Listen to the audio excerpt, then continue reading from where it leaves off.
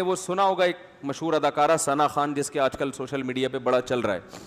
میں نے کل دیکھا اس کا حضرت مفتی تقی عثمانی صاحب نے ٹویٹ کیا ہے, اس کو مبارکباد دی ہے. تو مجھے خیال ہوا کہ یہ کوئی واقعی کوئی بڑی ایکٹر ہے جس کے بارے میں حضرت مفتی تقی عثمانی صاحب جیسے آدمی اس کو مبارکباد دے رہے ہیں, تو اس کا مطلب یہ مفتی صاحب اس کو اپریشیٹ کر رہے ہیں. تو خیر میرا رابطہ ہوا, اس لڑکی کا فون آیا میرے پاس, پتہ چلا بیان سن رہی ہے.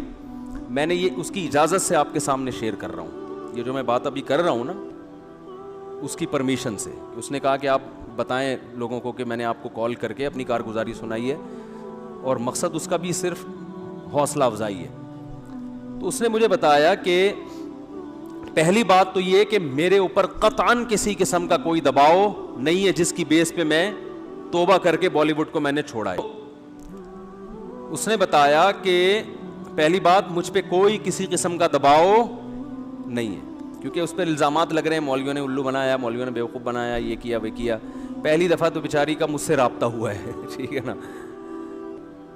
اور اس نے بتایا کہ مجھ پہ کسی قسم کا کوئی دباؤ نہیں ہے, اور میں نے جو بالی ووڈ کو چھوڑا تو مجھے بالی ووڈ میں جا کے اندازہ ہوا کہ یہ کام ٹھیک, بولو بھائی, نہیں.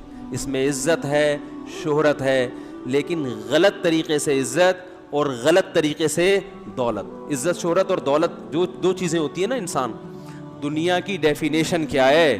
پیسہ ملے اور عزت ملے, یہی ہے نا. ارے جب ہم کہتے ہیں اللہ نے فلاں کو بڑا نوازا ہے, ہندو کہتے ہیں بھگوان نے فلاں کو بہت نوازا ہے, تو کیا مطلب؟ بھگوان نے فلاں کو عزت بھی بہت دی ہے اور پیسہ بھی. تو بالی ووڈ میں یہ دو چیزیں ہول سیل کے حساب سے ہیں کہ نہیں ہے؟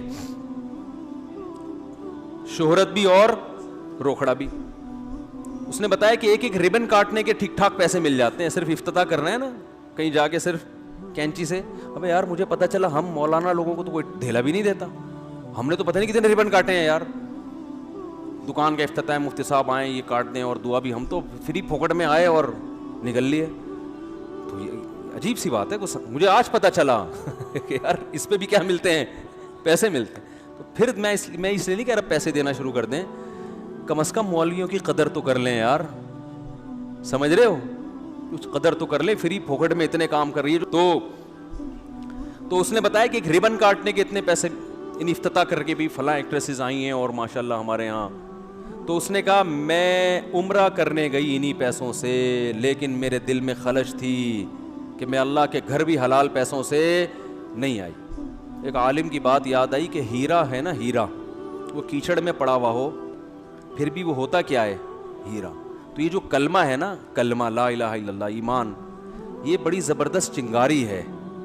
مسلمان کو احساس ہوتا ہے کہ غلط کیا ہے, غلط. گھروں میں جو فیملی سسٹم تباہ کیا ہے اس میں ان فلموں کا ہاتھ ہے یا نہیں ہے؟ کتنے نوجوان جو فلموں کے عادی ہیں وہ کہتے ہیں ہمیں اپنی بیوی اچھی نہیں لگتی, کیونکہ وہ اسٹیج پہ اور انہوں نے ایسی ایسی چیزیں دیکھ لی ہوتی ہیں ایکٹریسز کی شکل میں, ان کے ادھورے لباس, ان کو اپنی وہ دیسی عورتیں سمجھ میں آئی نہیں رہی ہیں.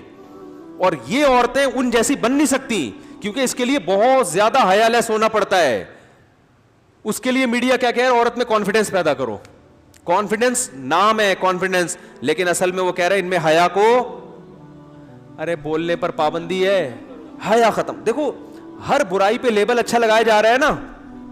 کانفیڈنس ہونا اچھی بات ہے, بے حیا ہونا اچھی بات نہیں ہے, لیکن حیا پورے کپڑوں میں ہے. عورت پورے کپڑوں میں بھی کانفیڈنس سے بات کر سکتی ہے, لیکن کانفیڈنس کی تعریف یہ کی گئی کہ آپ کو کسی کے سامنے نیوڈ ہوتے ہوئے کوئی ہچکچاہٹ نہیں ہونی چاہیے. آپ کو ادھورے لباس میں ذرا بھی ایک جو جس کو کہتے ہیں نا ہیزیٹیشن نہیں ہونی چاہیے, آپ کو ذرا بھی آپ کو شرم نہیں آنی چاہیے. آپ کی مرضی پورے کپڑے پہنو, آدھے کپڑے پہنو, اور بھائی اس کو بے حیائی کہتے ہیں. اس کا مطلب آپ نے شرم و حیا نکال دی, لیکن اس کو نام کیا دیا جا رہا ہے؟ کانفیڈنس. بہت مشکل ہے سمجھانا, سمجھ میں آ رہی ہے؟ نہیں آ رہی. تو یہ تو میری اپنی پوری تقریر ہے, اس بیچاری نے تو اتنی لمبی چوڑی تقریر نہیں کی تھی, ٹھیک ہے نا. اس نے تو یہ بتایا کہ بالی ووڈ میں جب فلموں میں کام کرتی تھی مجھے احساس تھا کہ یہ کام ٹھیک نہیں. تو اس نے کہا کہ میں عمرہ کرنے گئی, میں نے وہاں اللہ سے رو رو کے دعا مانگی, اے اللہ مجھے اس مصیبت سے نکال دے, اور وہ رو رہی تھی ٹیلی فون کے اوپر, یہ اس کے جذبات تھے. اور اس نے کہا اللہ کی قسم انشاءاللہ کبھی واپس اس فیلڈ میں نہیں جاؤں گی. یہ بالی ووڈ نے بے حیائی پھیلائی ہے, اور یہ جو فلم انڈسٹری ہے اس نے ہمارے کلچر کو تباہ کر دیا, اور ہر برائی پہ لیبل کیا لگ رہا ہے, اچھا کہ ہم تو لوگوں کو انٹرٹین کر رہے ہیں. چرسی کا بھی یہی دعویٰ ہوتا ہے, ہیروئن چی بھی یہی, ہیروئن جو اسمگل کرتے ہیں نا, یار ان بیچاروں کو ہیروئن نہیں ملے گی تو مر جائیں گے. تو وہ ہر آدمی ہر برائی پہ لیبل اچھا ہوتا. ساری دنیا جانتی ہے حیا اور شرم اچھی چیز ہے, عورت پورے لباس میں اچھی ہے تاکہ وہ اپنے شوہر سے وفا کرے. ایک فیملی سسٹم انسان چاہتا ہے, اسلام چاہتا ہے, گھر ہو, بچے ہوں, ان کو پالے میاں بیوی مل کے. یہ اس کا ادھر گرل فرینڈ ہے, اس کے ادھر 10 بوائے فرینڈ پالے ہوئے, پھر بچے پیدا بھی نہیں کر رہے, تو نسل بھی ختم ہو رہی ہے. نسل ختم ہونے سے خاندان ختم ہو رہے ہیں. تو یہ تو انسان بھیڑ بکریوں کی طرح پلے گا فیوچر میں. کوئی لائف تھوڑی ہوگی بس پیسہ ہے, 3 پیس سوٹ ٹائی, اس کو دیکھ رہے ہیں کہ انسان ہے. یہ تھوڑی انسانیت ہے, یہ تو اسمگلروں کی بھی ہوتی ہے, بڑا اچھا ڈریس ہوتا ہے. تو بھائی یہ رنگ رلیوں پہ زمانے کی نہ جانا اے دل, یہ خزاں ہے جو بانداز بہار آئی ہے, یہ خزاں ہے جو بانداز بہار آئی ہے. تو ان کا بڑھاپا بڑا خطرناک ہوتا ہے. اور ان میں جو ایکٹریسز ہیں نا لڑکیاں, وہ تو ان کا تو فیوچر ہے ہی نہیں.